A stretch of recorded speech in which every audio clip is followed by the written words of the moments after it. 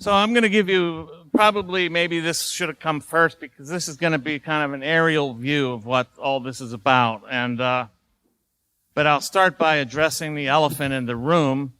Isn't this simply a conspiracy theory concocted by right-wing extremists like us? According to the New York Times and the Anti-Defamation League, the Great Reset has no basis in fact. Or as the BBC claims, the Great Reset is a benign effort on the part of leading thinkers to bring about a fairer, greener future based on a reset of capitalism. Meanwhile, Time magazine devoted an entire issue to the Great Reset, effectively hailing it as the solution to all our problems post-COVID. Now, Klaus Schwab, the founder and executive chairman of the World Economic Forum, which is the WEF, suggests that the Great Reset is merely an attempt to address the weaknesses of capitalism exposed by the COVID crisis, as well as the looming catastrophes posed by unmitigated climate change and environmental degradation. I don't mean to suggest that there's some sort of median point between conspiracy theory and denial, actually. I just want to make clear what this Great Reset is, and to ferret out from the implications from what these people actually say. But on the note of conspiracy theory, I believe that the WEF and its partners actually generate conspiracy theories on purpose in order to discredit all of the critics of this project in advance. It's a preemptive move, like Klaus Schwab says at his last annual meeting. What we have on the agenda is another virus. And we go, what? And the future is not just happening. The future is made by you here in this room. Okay.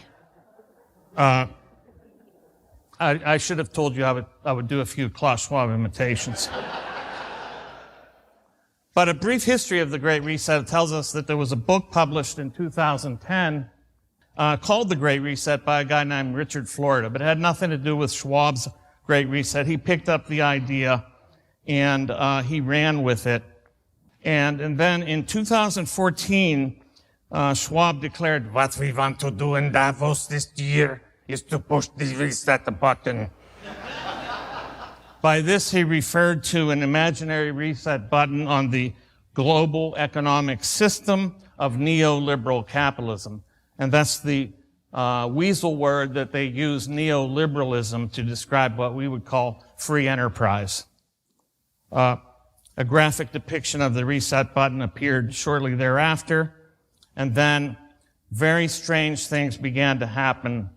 There were two simulations that ran previous to COVID-19 taking place. One of them was called Clade X.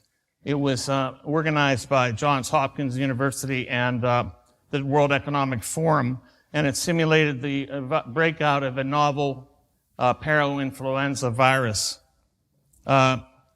This, according to Homeland Preparedness News, the Clade X simulation demonstrated, quote, that the lack of both a protective vaccine and a proactive worldwide plan for tackling the spread of a catastrophic global pandemic resulted in the death of 150 million people across the earth, end quote. This is in 2018. Clearly, preparation for a global pandemic was in order.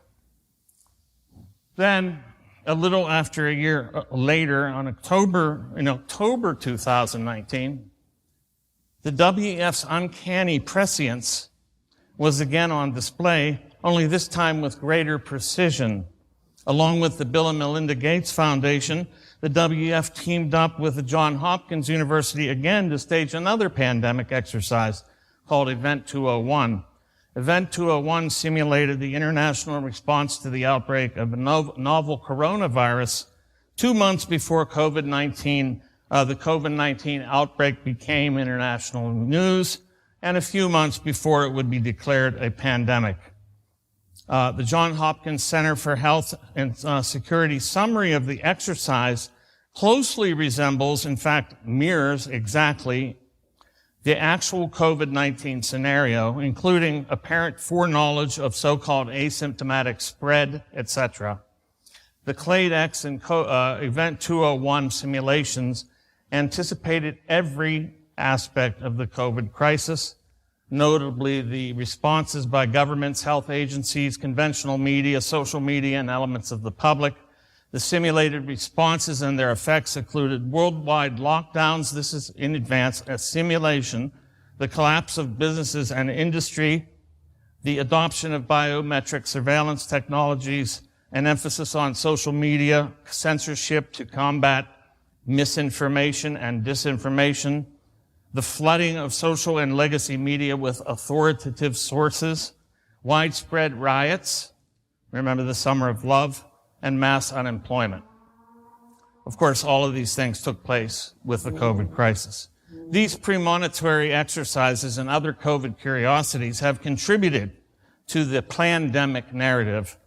I'm not saying I hold this, but this is out there. This exists, this plandemic narrative, which is speculation that the COVID crisis may have been staged by global elites centered around the WEF and the UN as an alibi for instituting the Great Reset. In addition to these exercises just referenced, Swiss policy research points to the WEF's role in promoting digital biometric surveillance identity systems, thrusting its young global leaders into major roles in the management of the COVID crisis, and the advocating of vaccination of children as an entry point for digital identification. This is all on the agenda of the WEF. So they had this agenda in advance, then they had these exercises, then COVID happened. So then in 2019, as I mentioned during the Q&A here, the WEF signed a contract or an agreement, a partnership agreement with the UN to advance Agenda 2030 Sustainable Development Goals. The WEF promised to finance the UN's climate change agenda. The framework also commits the WEF to helping the UN meet the needs of the fourth industrial revolution, which I'll talk about, but part of that involves what they're calling digital governance. And this is governmentalism that is increasingly outsourced to algorithms, to AI. And this is government by robots, okay? Soft bots, though. Maybe some hard bots, too, in the police. They already instituted those in New York. So then there was the actual forum. They met, the 51st annual meeting of the World Economic Forum delayed and refocused due to the COVID crisis. That was in June of 2020. Then a few months after the launch of the Great Reset in June 2020, which was formally announced by now King Charles, by the way, who's a nutcase, but then the book came out, the COVID-19, the Great Reset, and this led, the timing of this book led this one academic to actually say something of value. He said, although not impossible, the speed at which this book on this particular topic proposing these theses was produced does play into the conspiratorial aesthetic that the book has since induced, even though the authors are transparent about writing and publishing the book within a month's time. This neither confirms the veracity of such claims nor dispels suspicion from those who question its expediency. Academic doublespeak for saying, how the hell did they write this book so quick after this crisis? That's not the only thing that's fed this conspiratorial aesthetic. In the book, Schwab and his co-author say repeatedly what an opportunity COVID has presented. Wow, this is just a wonderful, 24 times they refer to COVID as this wonderful opportunity. And there are a few of them. So that's the history, the prehistory of all this, except there's a deeper history. It goes back to these roundtable groups that formed beginning in 1920, like the Royal Institute of International Affairs, the Council on Foreign Relations, the Bilderberg Group, the Club of Rome, then the World Economic Forum, then the Trilateral Commission. These are all roundtable groups based on Alfred Milner's roundtables. This is really where these are all globalist organizations that have been pushing a global agenda for over 100 years. So this reset, it's a reset of everything. This is just an outline of the kind of things they want to reset. It's all domains of human life: economic, environmental, geopolitical, governmental, industrial, technological, social, and individual. And then the Great Reset, the economic system that they want to usher in is called stakeholder capitalism. Now, stakeholder capitalism is a euphemism and doublespeak for this kind of a collusion between the government and the state and the corporate world, and this kind of a cartel shared monopoly scheme that it establishes. And I'll talk about that in a minute. So we talked about, and somebody's mentioned already, some of the strategic partners. This is really where some people will say, well, the World Economic Forum, they're just a bunch of ineffectual buffoons. They don't have any power. They can't do anything. These globalists are just talking. They go to meetings and nothing happens. That's absolutely untrue. They have signed on 1,000 of the world's top corporations in all the major sectors of the economy, and they're all firmly behind this agenda. BlackRock Inc. is one of the major ones. Larry Fink is the CEO. He sits on the board of trustees of the World Economic Forum, and he is firmly behind the stakeholder capitalism regime, which has as its main mechanism the ESG score. And he declared in 2021 in a letter to CEOs, climate risk is investment risk.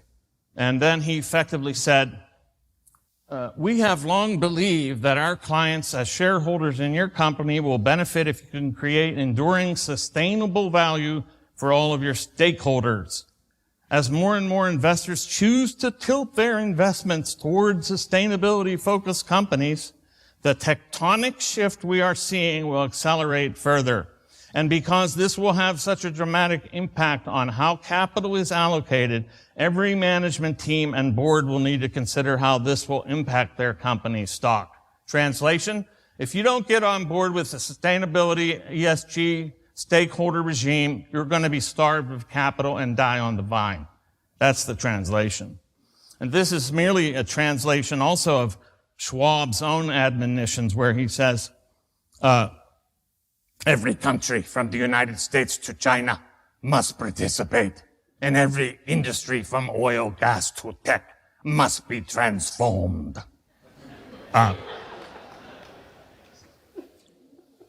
We have to make fun of these people. This is a part of resistance.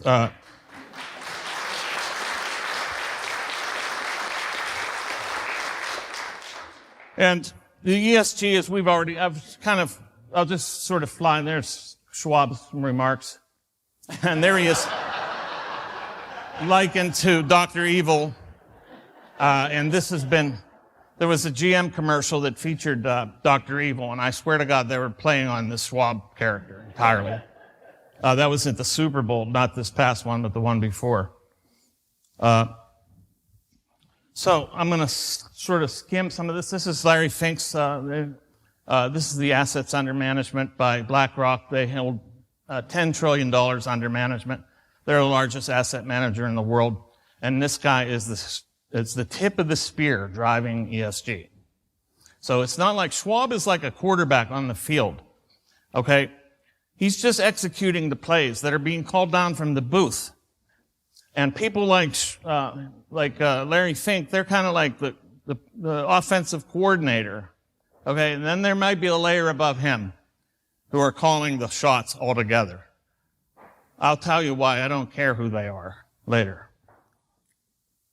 This is the executive order that Biden signed into effect. which basically said that climate-related risk is, financial risk. And then he signed another 12 EOs related to these issues. And his first veto was exercised in vetoing a bill that would take ESG out of investments of pensions. That was his first veto in office, which just happened recently. So what is this economic system they want to establish, which they call stakeholder capitalism? I've written about this for Mises Institute. I have a whole series on this, which was the germ of my book, and I thank them for that. And then I want to say that even socialists say that stakeholder capitalism is a form of socialism. This is a socialist who wrote a paper called Toward a Less, should be toward, okay? There's no word, towards. Toward a Less Irrelevant Socialism. Sharing, stakeholding as a reform of the capitalist economy. And so basically in this paper he's arguing that stakeholder capitalism is a form of socialism. It is a kind of socialism. Here's the kind of socialism it is. It is what I call, what's been called corporate socialism. And what is corporate socialism? This is the late, great Anthony C. Sutton, Hoover Institute scholar, who wrote about corporate socialism. He said, old John D. Rockefeller and his 19th century fellow capitalists were convinced of one absolute truth, that no great monetary wealth could be accumulated under the impartial rules of a competitive laissez-faire society. The only sure road to the acquisition of massive wealth was monopoly. Drive your competitors out of business, reduce competition, eliminate laissez-faire, and above all, get state protection for your industry through compliant politicians and government regulation. This avenue yields a legal monopoly, and legal monopoly always leads to wealth. Then he goes on, this robber baron scheme is the socialist plan. The difference between a corporate and state monopoly and a socialist state monopoly is essentially only the identity of the group controlling the power structure.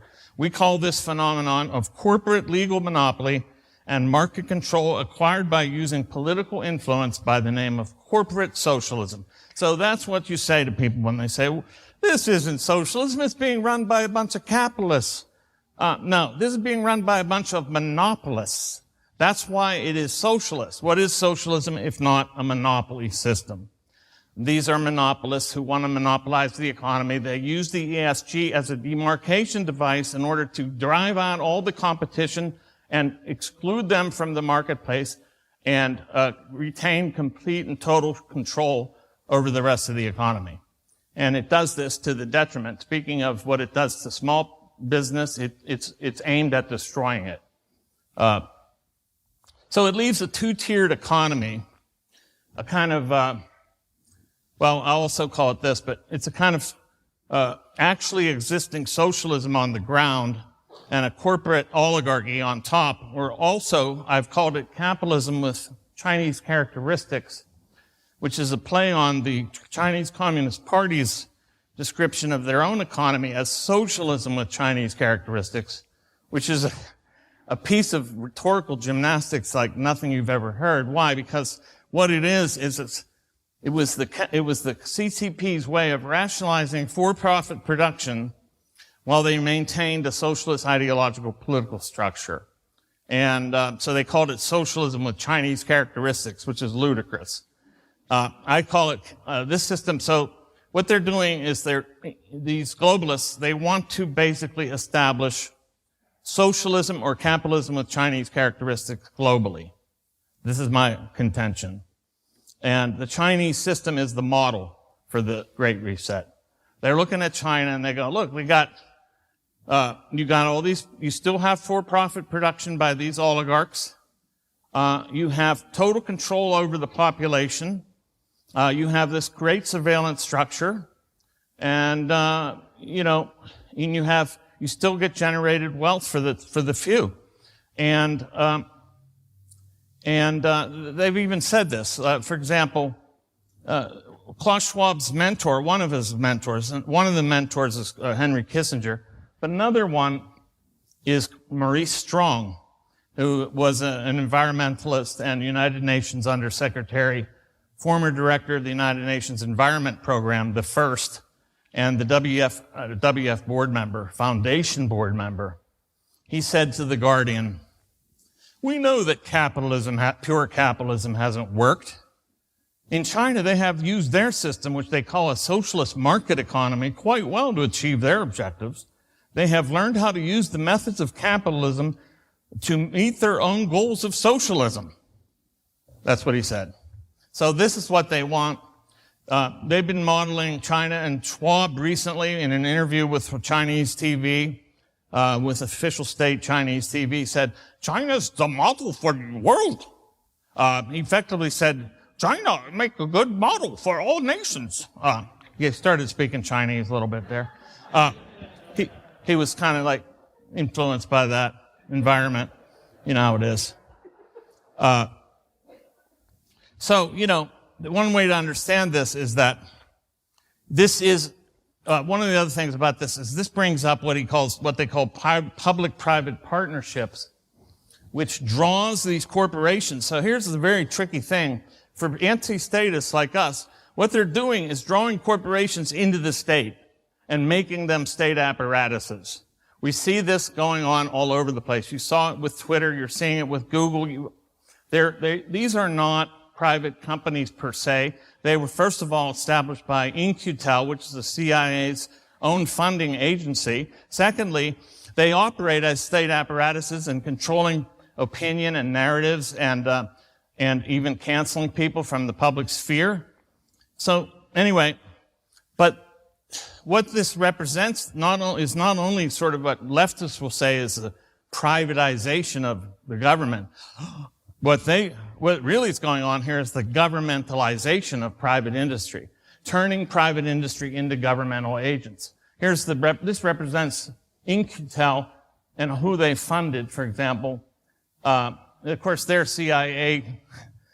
CIA operation. They funded Nokia, Microsoft, Oracle, Google, and Facebook, and IBM. In the case of Google, it was their startup funding. Same with Facebook, through Greylock Partners, but, that's how they do things. They try to have some intermediaries, so it's hard to track. So, there's this fourth industrial revolution. What is this about? I'm just going to cut to the chase. This is high-tech surveillance and control. They promise this like transhumanism, like you'll have complete access to all knowledge of all the world at the tips of your neurons without even going on the web. You'll have so much power, and you'll be able to use AI. It'll be connected to your own brain. You'll become a supercomputer yourself, all this kind of stuff. But it is not really going to be used that way. These are going to be used to control the population at large. And this technological 4IR really represents like a dystopic, it's like a dystopic science fiction novel. Basically, the applications include ubiquitous internet, the Internet of Things, the Internet of Bodies, autonomous vehicles, smart cities, robots, nanotechnology, digital identity, central bank digital currency, genetic engineering, and so forth. I won't talk about that too much because it's very difficult to get into, but one of the things about this Great Reset is that in terms of the social order, what it promises is kind of what they're calling inclusion, but it's inclusion in a shared destiny. But this inclusion represents the subordination of netizens, which would be us. That's what they call us, netizens. A total political and economic disenfranchisement and a hypervigilance over the self and others, or what Hannah Arendt called organized loneliness. And this is really this is great. Why it's great that we're meeting, because this is what they want, is organized loneliness. They even said so during COVID. In the In the age of COVID, the organized loneliness manifested itself in lockdowns, masking, and social distancing, and the exclusion of the unvaccinated. The Alone Together public service announcement produced and circulated by the Ad Council in March of 2020 represented this organized loneliness succinctly. They actually ran an ad called Alone Together. Together we're alone, basically. I don't want to make you feel hopeless and helpless and hapless in the face of all this, so I have a 9-point plan to stop it. And one of the panelists said basically the sort of sentiment that's behind this. I call this the grand refusal. They want to call it the Great Reset. By the way, everything great that has ever been proposed by these kinds of people, like the Great Leap Forward, the Great Purge, the Great Society, they've always been dismal failures. So it's ironic that they would continue to use terms like great with reference to this project. So there's 9 points that we should there's a 9-point plan, and it's a kind of a sense of principles. The main premise of the 9-point plan is that we need to cut the global puppet strings from ourselves. We cannot control necessarily what these people try to do, but we can cut the strings from our bodies and minds. And that's the premise. So the 9-point plan includes refusing the CBDC because it is the closing of the totalitarian circle. If you have to beg, borrow, and steal and trade and barter and use other currency to avoid the CBDC, do so. Refuse the Internet of Bodies, where they're going to try to install technology on your body and in your body as a way of monitoring your organs and organ systems. Sounds crazy. It's all on the table. Refuse digital identity, which is this is basically a database that will follow you from cradle to grave, not exactly for all of us, but the idea is a complete record of all of your activities, including vaccination status, probably a political profile, etc. Digital identity is a disaster and must refuse it. Inclusion, they'll sell it under the terms inclusion, but inclusion means totalitarianism.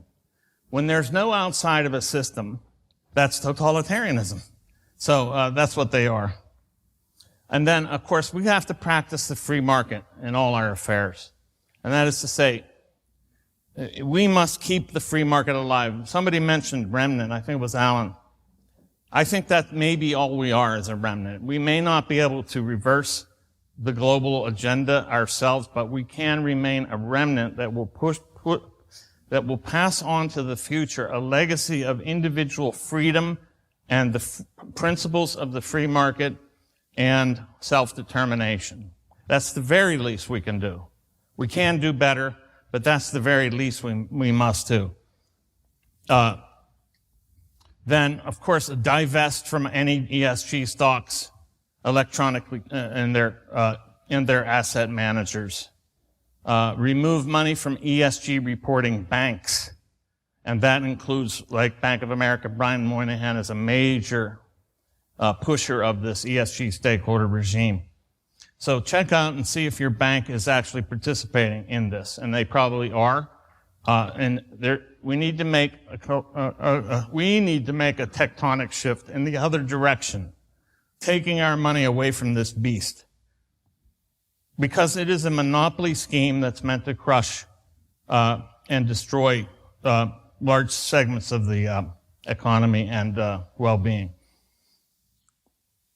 And then, legislation. We saw the first attempt at legislation to curb ESG struck down by Biden. So it's very difficult to. I don't put much hope in legislators to do anything, and unfortunately, they're very much infiltrated. But we can still pressure them to divest. For example, we fund the World Economic Forum. The United States funds it. I mean, this is just unbelievable. This has to stop. And I would say, to go further, we should stop funding the UN and the World Health Organization as well.